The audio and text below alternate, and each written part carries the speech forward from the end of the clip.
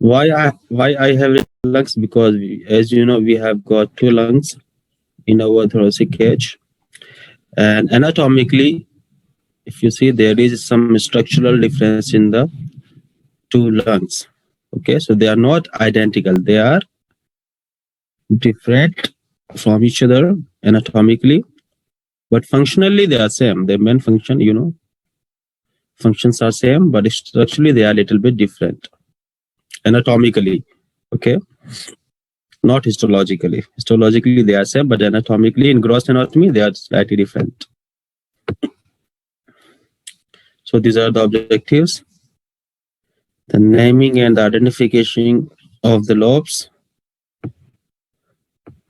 the, the surfaces, the borders of the lung, then difference between the right and left lungs, and the. Give me a second. Jai Bilal bhai.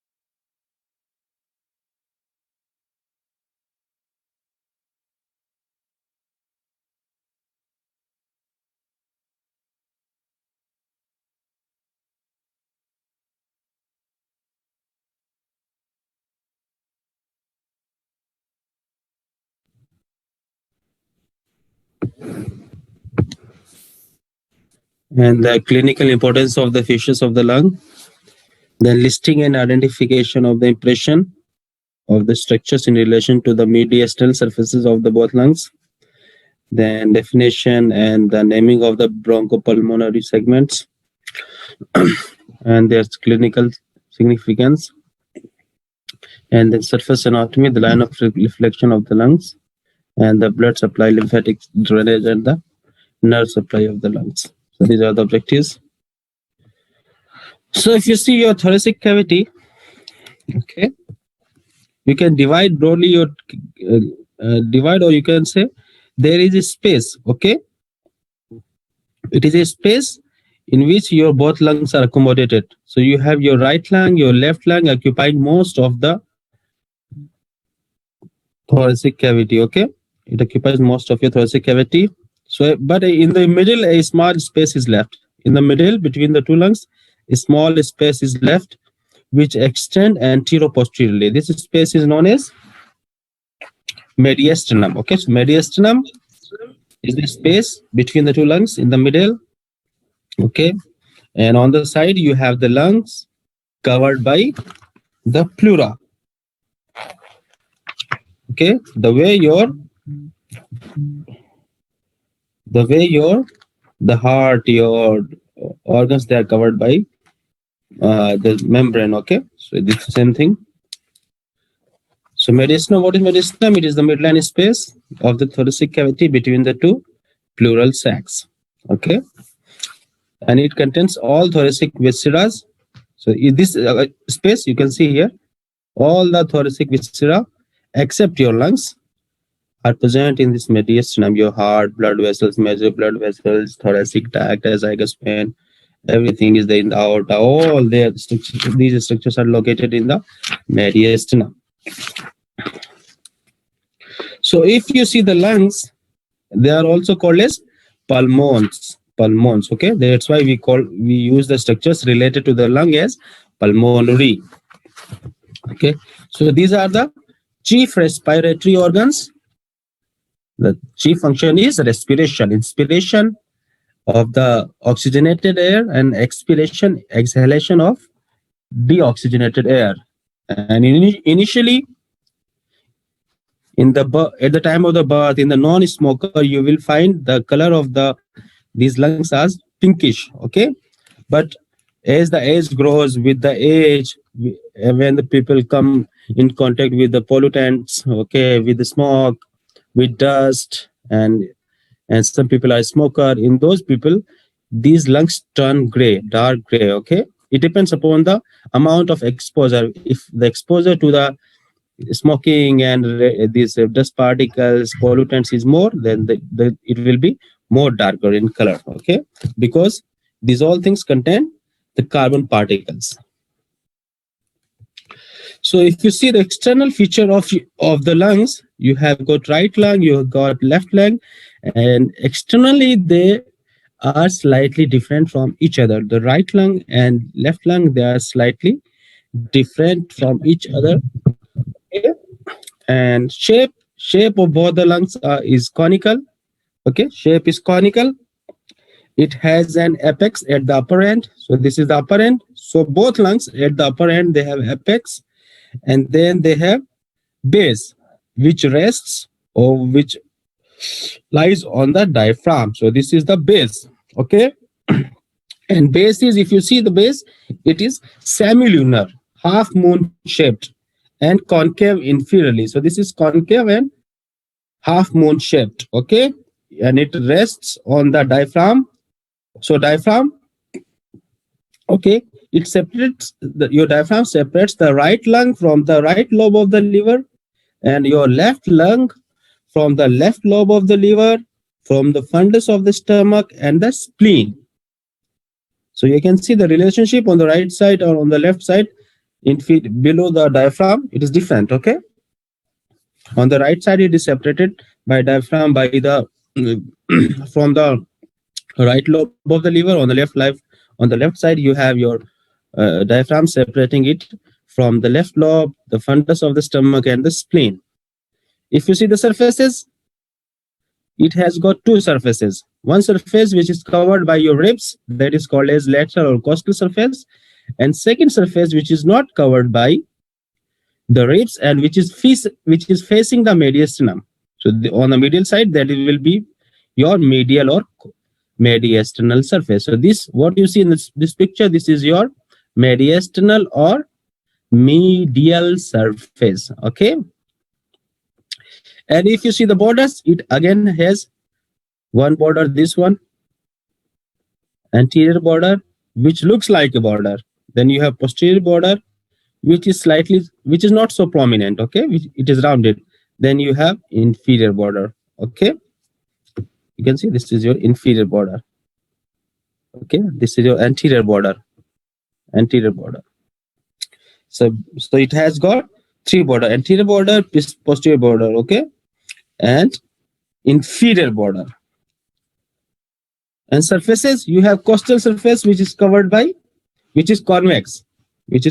and covered by your ribs. And then you have mediastinal or medial surface. Okay. So this is your mediastinal surface. You can divide your mediastinal surface into two parts. You can divide your medial surface into two parts, or you can see your mediastinal surface into two parts. So one, in front of the hilum, this is your hilum, through which your structures, the neurovascular structures, are entering and leaving your lung. Okay. So one surface is lying in front of it, that is called your mediastinal surface proper, or you can simply call mediastinal surface. And once behind to it, that is called your vertebral surface. Okay, that is your vertebral surface because it is related to the vertebral bodies over here. Okay.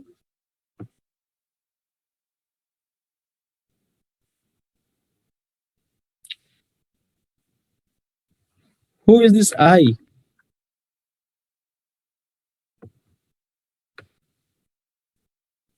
Yes. What's your name? Abdulaziz Faisal, doctor. I will change my name. Oh, yeah, please. So you have costal surface on the lateral side, and on the medial side, you have the surface in front of the hilum called as the mediastinal surface proper, and behind you have vertebral surface. Okay, this is how we divide the surfaces. So base, you can see these are the bases. It is semilunar and concave.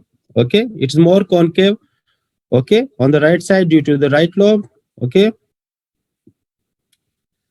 and it is separated, as I told you, it is separated on the right side by the right lobe of the liver, on the left side by the stomach, from the stomach, and from the spleen from the left lobe. Okay. Now coming to the lobes and fissures. So your lungs, they are divided into lobes by fissures, and these fissures, they are very deep. Okay, they passes all throughout the your all across the lung except in the region of the hilum. Okay, so these fissures are very deep. Okay, so on the right side you have two fissures, and on the left side you have one fissure only. So there are two fissures on the right side and one fissure on the left side. So if you see the two fissures on the right side, they divide the right lung into three lobes. So on the right side, you have upper lobe, you have middle lobe, you have inferior or lower lobe. So you have upper, middle, and lower lobes on the right side. But on the left side, there is one oblique fissure only, one oblique fissure, okay, which divides your left lung into upper and lower lobe. So on the right side, you have one oblique, one transverse. On the left side, you have one oblique fissure only. Okay, so on the right side, you have three lobes. On the left side, you have two lobes. Okay.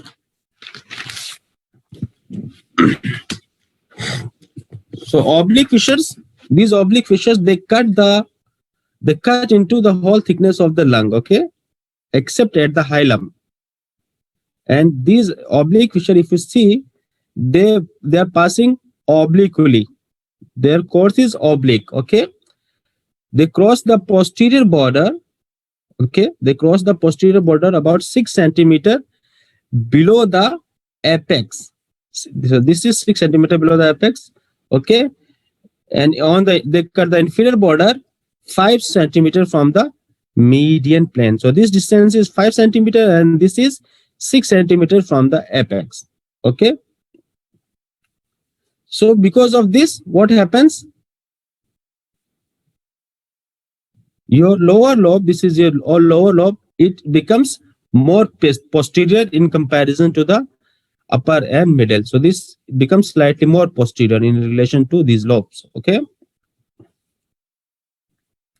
And your right horizontal fissure, if you see this, it is passing from the anterior border. So this is anterior border, it is passing from the anterior border to the oblique fissure, over the oblique fissure, and separates it a wedge-shaped middle lobe from the upper lobe. Okay, so this is wedge-shaped middle lobe. Okay, so this fissure, horizontal fissure, it is running horizontally at the level of fourth costal cartilage. So this is at the level of the fourth costal cartilage, and it meets the oblique fissure in the mid-axillary line. Okay, so this is the mid-axillary line. Okay.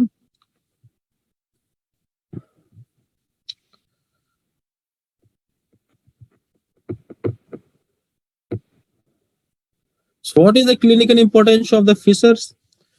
You should have the knowledge of these fissures. Okay, because these fissures, they are very important anatomically and clinically. Okay, so that you can identify the lobes and different segments of the lungs. So they help you, these fissures help you to identify the different lobes and different segments of the lung. So that's why the knowledge of these fissures is very important. Okay, so this is your medial surface, because we will not talk about the costal surface, because your costal surface, it is related with the ribs only. So there's nothing much more to discuss about the lateral surface. Okay, so our main focus will be on the medial surface. Okay, so if you see your medial surface, if you see the medial surface, okay, it contains a hilum. So this is the hilum. So hilum, what is hilum? Hilum is the area which allows passage of structures forming the root of the lung. Okay, forming the root of the lung. Okay, so this root, so all the roots. Okay, in the root you will find many structures. You will find your bronchus, you will find the pulmonary arteries, bronchial arteries, pulmonary veins, nerves. These all things together, they form the root, and the root passes through this area entry site, like it is like a door. Okay, so that this is called your hilum. So through the hilum, the root of the lung passes into and out. The structures present in the root passes in and out. Okay. So area in front of the hilum is anterior or mediastinal part, and the area behind the hilum is posterior or vertebral part. So as I told you, your medial surface can be divided into two parts: the mediastinal part and the posterior or vertebral part. So in front of the hilum or root, the area is known as the mediastinal proper, and behind you have vertebral or posterior part. So root of the lung, it contains three major structures. Okay, it contains two bronchi. So now we are talking about the right lung. Okay, so it contains two bronchi, the eparterial and hyperarterial. Eparterial means above the arteries, and hyperarterial means just below the artery level. Okay, then you have one pulmonary artery. Okay, and you have two pulmonary veins on the both sides. So these are the major structures present in the root of the right lung, and it also contains the minor structures like your bronchial arteries, bronchial vessels, your pulmonary anatomic plexuses, and your bronchopulmonary lymph nodes. But major structures are your bronchus, eparterial and hyperarterial. Then you have pulmonary artery one. Then you have two pulmonary veins, superior and inferior over here. Okay, so these are the main structures forming the root. Okay, of the right lung. Then you have root of the left lung. Okay, it again contains three major structures. Here you will find only one main bronchus, one pulmonary artery, and two pulmonary veins. So these are the major structures forming the root of the left lung. Then you have minor structures. These structures are present in the right lung also. So you have bronchial vessels, pulmonary and autonomic plexus, and you have bronchopulmonary lymph nodes. Now we will try to see the structures which are forming impressions on the medial surface. So this is the medial surface of the right lung. Okay, so you can see the depression over here. You can see the depression of the medial surface. So these depressions or these impressions, they are formed by the structures passing through these areas. Okay, when they pass through these areas, they leave their impression on the surface. Okay, so if you see the right lung, you have one big impression over here. That is the impression for the right atrium. Okay, then you have groove for inferior vena cava. As you know, if this is the right atrium, this will be the groove for the inferior vena cava. Then you will be having the groove for superior vena cava. This one over here. So this will be the groove for superior vena cava. Then right brachiocephalic vein. Okay, over here, and phrenic nerve on the it. Then you have arch of azygous vein. Arch of azygous vein. This one. Okay. Then you have azygous vein over here on the posterior. Then you have ascending aorta. This one is the impression for the ascending aorta. Then you have trachea and right vagus nerve. So this is the impression for the trachea and right vagus nerve over here. And back to it, you have this impression, big impression over here. So this is the impression of your esophagus. So in front of the esophagus, you will find the trachea. And in front of it, you will find your right brachiocephalic vein, which continues as the superior vena cava. In front of it, you will find your ascending aorta. So this is your right atrium over here. Okay. So these are the important impressions seen on the medial surface of the or mediastinal surface of the right lung. Now we will try to see the impressions on the medial surface of your left lung. Okay. So if you see this impression, this is the impression for the left ventricle. So your left ventricle is lodged over here. So it forms impression. So this is the impression for the left ventricle. Then this is the groove for arch of aorta. Arch of aorta. So this is arch of aorta. So this is the front, this is the back. Okay. So your arch of aorta, then it descends as the descending thoracic aorta. So this is front, this is behind. Okay.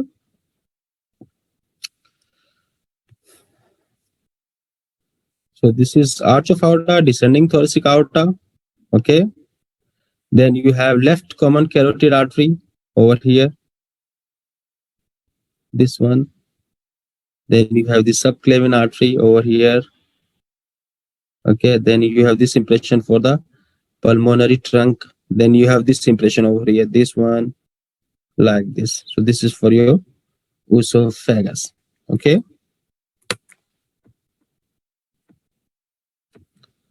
So in this picture, if you see, this is the front, this is the back. Okay.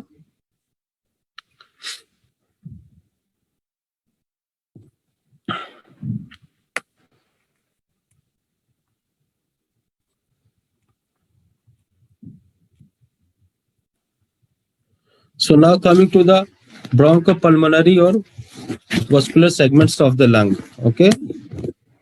So if you see the lung, so first you start from the trachea. You have the trachea, which divides into two primary bronchus, then these primary bronchus divide into secondary, then secondary divide into tertiary. Okay. Then this principal bronchi on the right side, it will break into three secondary bronchus. On the left side, it will break into two secondary bronchus.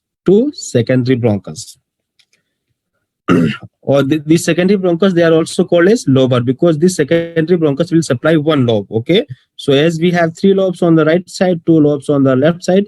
So we have three secondary or lobar bronchi on the right side and two lobar or secondary bronchi on the left side. So these lobes, they can be again divided into multiple segments.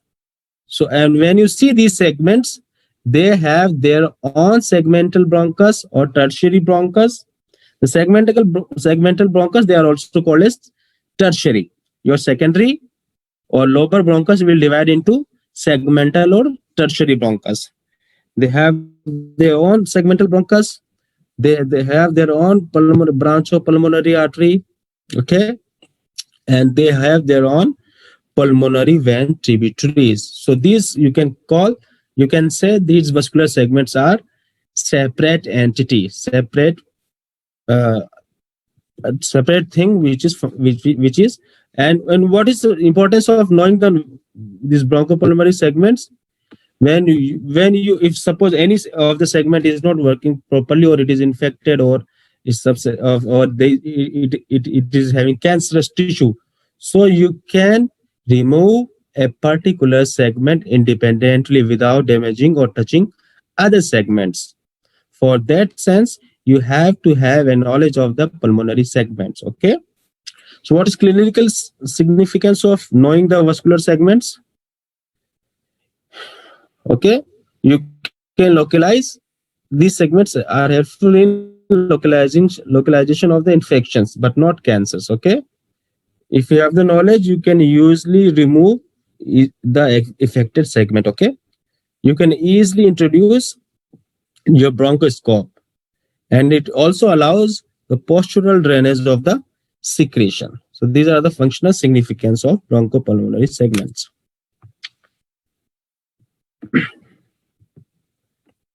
So if you see your right lung and your left lung both, they have 10 bronchopulmonary segments. How many? 10.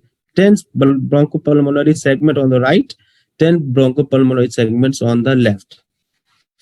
If we talk about the right lung, as I told you, your secondary bronchus, they supply the lobes. That's why they are also called as lobar bronchus or bronchi. So your superior lobe, which is supplied by the secondary bronchus, it can be divided into apical, anterior, and posterior. Okay, because your secondary bronchus in this lobe will divide into three tertiary bronchus. Okay, So that will form the apical, anterior, and posterior. So this is your right lobe. So your right lobe of the right lung can be divided into apical, anterior, and posterior bronchopulmonary segments. And in the same manner, your middle lobe, it can be divided into medial and lateral. Okay, so medial is this one, lateral will be on the other side. Okay, then you have inferior lobe. So your inferior lobe can be divided into 5 segments. Okay, superior, anterior basal, posterior basal, lateral basal, lateral will be there, and medial basal.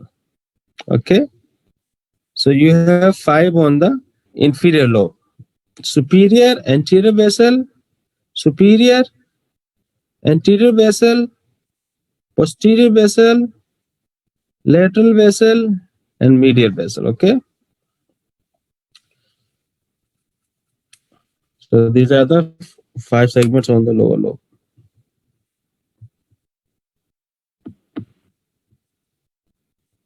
So when you see there are 10 bronchopulmonary segments on the left lung also. Okay, so left lung is similar to the so upper lobe is similar to the upper lobe on the right side. You have superior. Okay,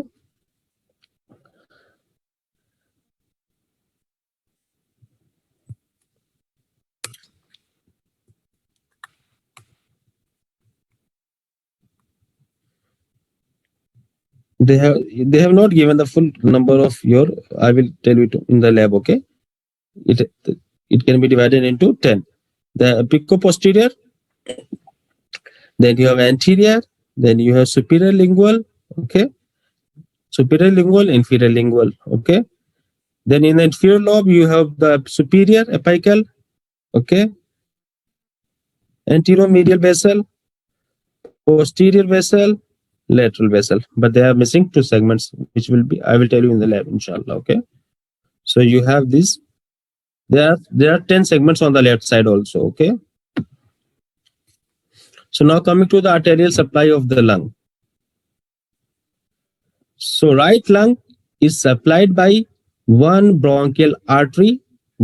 So there is one bronchial artery for the right lung, which arises from the right third posterior intercostal artery. Okay, so there is one bronchial artery for the right lung, but for the left lung you have got 2 bronchial arteries from the descending thoracic aorta. So you have 2 bronchial arteries for the left lung, which is arising from the descending thoracic aorta. Venous drainage. So right bronchial vein, it will end into the azygous vein. So this is your azygous vein, which is opening into the superior vena cava. So it will receive the right bronchial vein. Okay, and your left bronchial vein, it will end into the superior or accessory azygous vein. So this is your accessory azygous vein. So on the right side, the right bronchial vein ending into the azygous vein. On the left side, the left bronchial vein ending into the hemiazygous vein or superior azygous vein. Lymphatic drainage, it can go into the intrapulmonary lymph nodes, bronchopulmonary lymph nodes, tracheopulmonary lymph nodes, the paratracheal, mediastinal, then it forms the mediastinal lymph trunk, and on the right side, it will go ultimately into the right lymphatic duct, and on the left side, it will ultimately open into the thoracic duct. So all the lymphatics from the right side of your thorax, it goes into the right lymphatic duct, but from the left side, all the lymphatics will ultimately travel into the thoracic duct. So this is a very, very important thing to remember. Okay.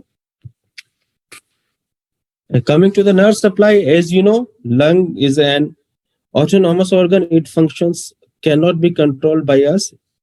Okay, so it is supplied by the autonomic nervous system.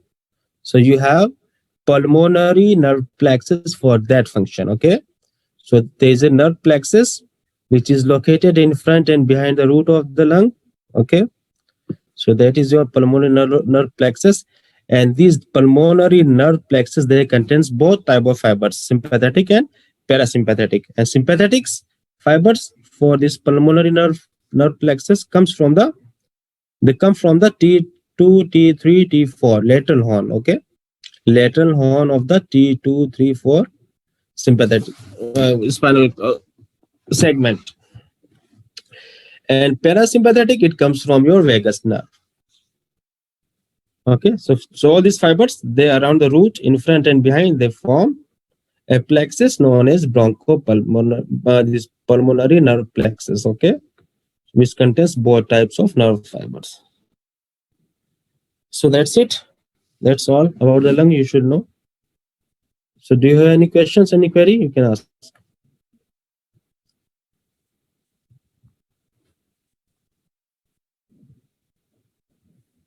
Thank you.